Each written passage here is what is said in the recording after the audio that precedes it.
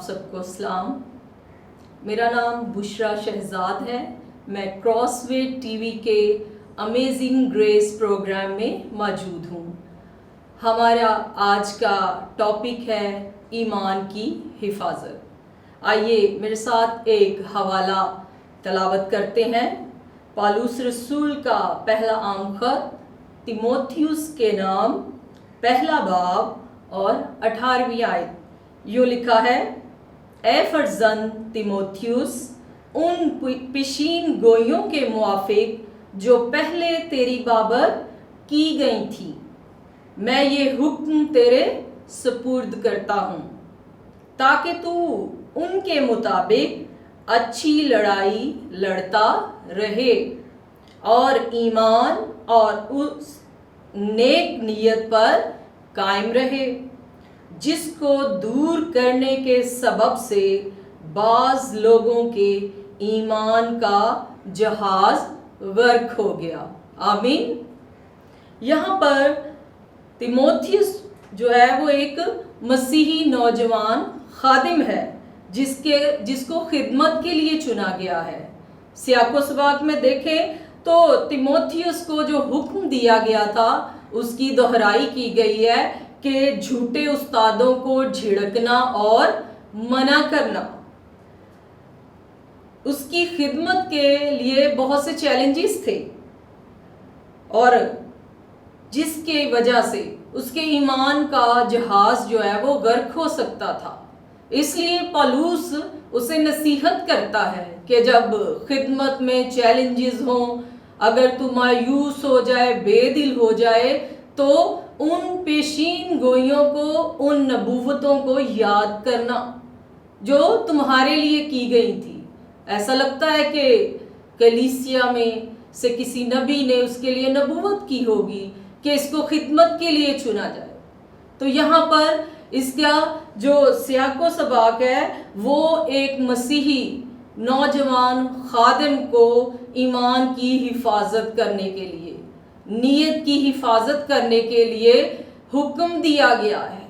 آج ہم مسیحی نوجوان خادموں کے لیے بھی اور مسیحی بیٹے بیٹیوں کے لیے اور ہر ایماندار مسیحی کے لیے اس حوالے کے تعلق سے، اس کلام میں سے رہنمائی لیں گے کہ ہمیں کیسے اپنے ایمان کی حفاظت کرنی ہے. اور جب پالوس ایمان کے جہاز کا ذکر کرتا ہے تو اس سے ہم یہ دیکھتے ہیں کہ اس زمانے میں جب پالوس بات کر رہا ہے تو سمندری جہاز کا سفر اس سے وہ اچھی طرح واقف تھا، اس کے خطرات سے اچھی طرح واقف تھا.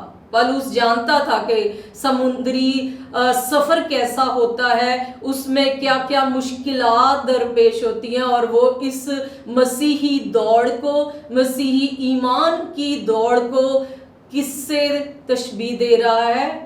سمندری جہاز سے، کیونکہ وہ اس سفر سے اچھی طرح واقف تھا. اور یہاں پر وہ کہتا ہے کہ نیت پر قائم رہیں ورنہ ایمان کا جہاز غرق ہو جائے گا. جیسا میں نے کہا کہ ایمان کی حفاظت جو ہے وہ ہمارا ٹاپک ہے. تو اس سے پہلے کہ ہم یہ دیکھیں کہ ہمیں ایمان کی حفاظت کیسے کرنی ہے، سب سے پہلے ہم دیکھیں گے کہ ایمان ہے کیا، ایمان کی تعریف کیا ہے. ایمان کی جو تعریف ہے: اعتماد، بھروسہ، یقین، توکل، کسی بات کو سچ ماننا اور اس پر قائم رہنا. یہ ایمان کی ڈیفینیشن ہے. اور اگر بائبل مقدس میں سے دیکھا جائے تو ایمان کی تعریف ہم جانتے ہیں کہ ایمان کی تعریف کے لیے ایک پورا چیپٹر مختص کیا گیا ہے، لکھا گیا ہے. عبرانیوں 11واں باب، اس کے اندر پہلی آیت میں جو ایمان کی ڈیفینیشن ہمیں ملتی ہے وہ کیا ہے؟ ایمان امید کی ہوئی چیزوں کا اعتماد ہے. امید کی ہوئی چیزوں کا اعتماد ہے اور اندیکھی چیزوں کا ثبوت ہے.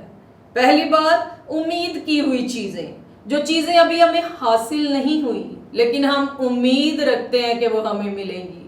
ہم امید رکھتے ہیں کہ ہمیں کامیابی ملے گی، ہم امید رکھتے ہیں جب بیمار ہوتے ہیں ہمیں شفا ملے گی، امید رکھتے ہیں ہم اولاد کو حاصل کریں گے، امید رکھتے ہیں کہ ہمارا مستقبل روشن ہوگا، برائٹ فیوچر کی امید رکھتے ہیں۔ اور یہ چیزیں جن کی ہم امید رکھتے ہیں ان پر اگر ہمارا اعتماد، ہمارا بھروسہ ہوتا ہے تو یہ ایمان ہے۔ اور پھر اندیکھی چیزوں کا ثبوت، جو چیزیں نظر نہیں آتی، اندیکھی جن کو ہم دیکھ نہیں سکتے، ان پر ایمان لائیں، ان پر بھروسہ رکھیں تو یہ ایمان ہے۔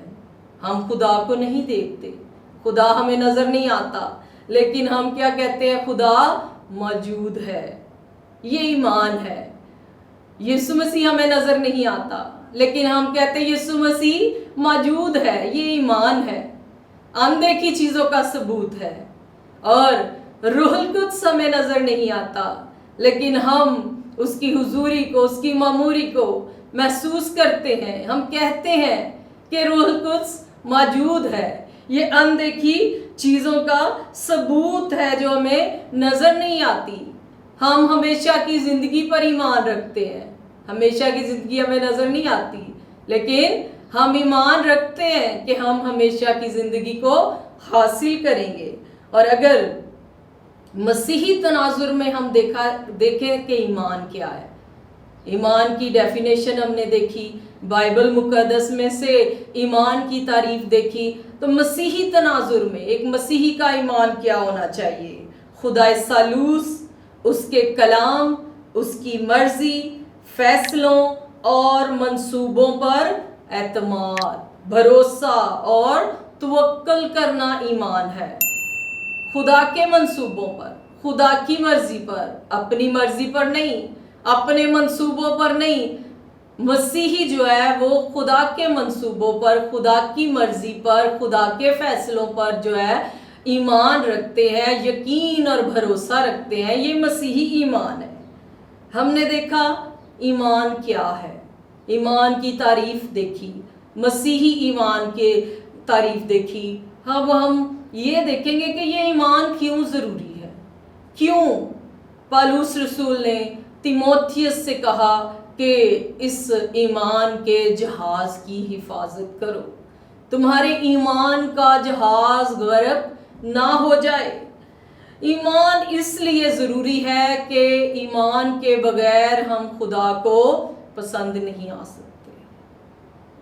خدا کو پسند آنا ہے تو ہمیں ایمان رکھنا ضروری ہے، بغیر ایمان کے خدا کو پسند آنا ناممکن ہے، اور ایمان سے نجات حاصل ہوتی ہے۔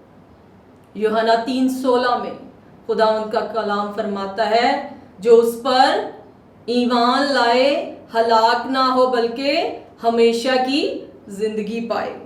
اور پھر دروگا سے کہا گیا ہے اعمال کی کتاب 16 باب میں کہ تو ایمان لا تو تیرا گھرانہ نجات پائے گا۔ ایمان سے ہم نجات پاتے ہیں، ایمان سے ہم راست باز ٹھہرائے جاتے ہیں۔ بزرگ ابراہم خدا پر ایمان لایا اور یہ اس کے حق میں راست بازی گنا گیا۔ ایمان سے روح القدس پاتے ہیں۔ خداوند یسوع مسیح نے فرمایا کہ اگر تو مجھ پر ایمان لائے تو تیرے اندر زندگی کے پانی کی ندیاں جاری ہو، روح القدس کو پائیں گے۔ اور ایمان سے دعا قبول ہوتی ہے۔ خداوند کا کلام کہتا ہے کہ جو کچھ تم دعا میں مانگتے ہو ایمان رکھو، شک نہ کرو، ایمان رکھو کہ مجھے مل گیا ہے اور تمہیں مل جائے گا۔ اور ایمان سے شفا حاصل ہوتی ہے، معجزہ پاتے ہیں ہم ایمان سے۔ خداوند یسوع مسیح نے بہت سے معجزات کیے۔ ہم دیکھتے ہیں کہ خداوند پوچھتے کہ کیا تو ایمان لاتا ہے، کیا تو ایمان لاتی ہے؟ اور جو لوگ ہیں وہ کہتے ہیں ہاں ہم ایمان لاتے ہیں۔ خداوند کہتے ہیں تیرے ایمان کے موافق ہو، جا تیرے ایمان نے تجھے اچھا کیا۔ ایمان سے ہم معجزے کو پاتے ہیں، ایمان سے ہم خدا کے جلال کو دیکھتے ہیں۔ یوحنا 11 باب کی 40ویں آیت میں خداوند یسوع مسیح مرتھا سے کہتے ہیں کہ اگر تو ایمان لائے گی تو خدا کے جلال کو دیکھے گی۔ اس نے کہا خداوند میں ایمان لاتی ہوں، اور اس نے خدا کے بڑے جلال کو دیکھا۔ اس کے بھائی کو جو 4 دن کا مردہ تھا، خداوند یسوع مسیح نے زندہ کر دیا۔ ان مرتھا کے مریم کی زندگی میں خوشی اور شادمانی آ گئی۔ انہوں نے ایمان سے خدا کے جلال کو دیکھا۔ یہ ہے کہ ایمان کیوں ضروری ہے۔ یہ بہت وسیع ٹاپک ہے، اس کے اوپر ہم بہت بات کر سکتے ہیں، لیکن مختصر وقت کے اندر ہم یہ دیکھیں گے کہ ہم نے دیکھا کہ یہ کیوں ضروری ہے۔ اب ہم دیکھیں گے کہ اس کو کیا خطرات ہیں، اس کو کیوں خطرہ ہے ایمان کو۔ اس لیے کہ یہ ایمان فانی سونے سے بیش قیمت ہے، سونے سے بھی زیادہ یہ قیمتی ایمان ہے۔ پطرس رسول کہتا ہے کہ یہ ایمان سونے سے زیادہ قیمتی ہے۔ پولس رسول نے تیموتھیوس کو کہا کہ تیرے ایمان کا جہاز غرق نہ ہو جائے، اپنے ایمان کی حفاظت کر۔ خدا کا بندہ یہودا کہتا ہے کہ یہ بیش قیمت ایمان ایک ہی بار مقدسوں کو سونپا گیا ہے، ایک ہی بار۔ کتنا یہ قیمتی ہے، کس قدر اس کی حفاظت کرنے کی ضرورت ہے۔ کس چیز سے اسے خطرہ ہے؟ اسے جھوٹی تعلیمات سے خطرہ ہے۔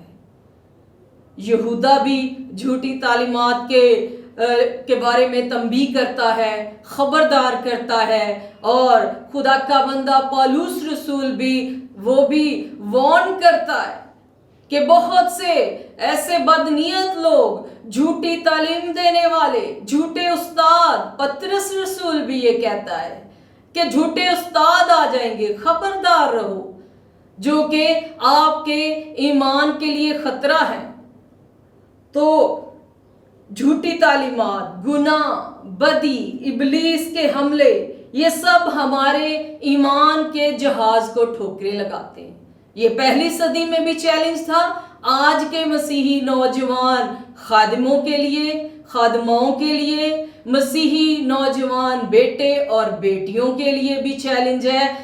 طرح طرح کے چیلنجز ہیں۔ اگر خدمت نہیں بھی کر رہے پھر بھی ایمان کو خطرہ ہے۔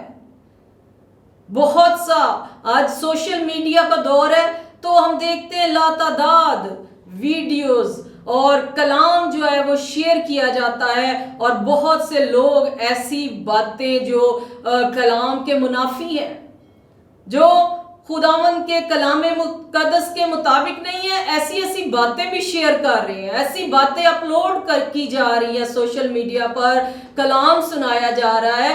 تو نوجوانوں کے لیے چیلنج ہے کہ آپ صحیح تعلیم کو پہچانیں، کہیں آپ کے ایمان کا جہاز غرق نہ ہو جائے۔ طرح طرح کی الجھنوں میں آفس پلیس پر آپ کے لیے چیلنج ہے، آپ اپنے ایمان کا دفاع کرنا سیکھیں، یہ نہ ہو کہ آپ بھی ان لوگوں کے ساتھ مل جائیں، غیر لوگوں کے ساتھ ان کی تعلیمات میں مکس اپ ہو جائیں۔ یہ اس وقت بھی چیلنج تھا، آج بہت بڑا چیلنج ہے۔ اس لیے ہمیں اپنے اس قیمتی ایمان کو محفوظ رکھنا ہے۔ ہمارا باپ ابراہیم خدا پر ایمان لایا، یہ اس کے حق میں راست بازی گنا گیا، اور کہا آج اسی امید اور ایمان کو لے کر ہم اس دوڑ میں، آسمانی دوڑ میں دوڑ رہے ہیں۔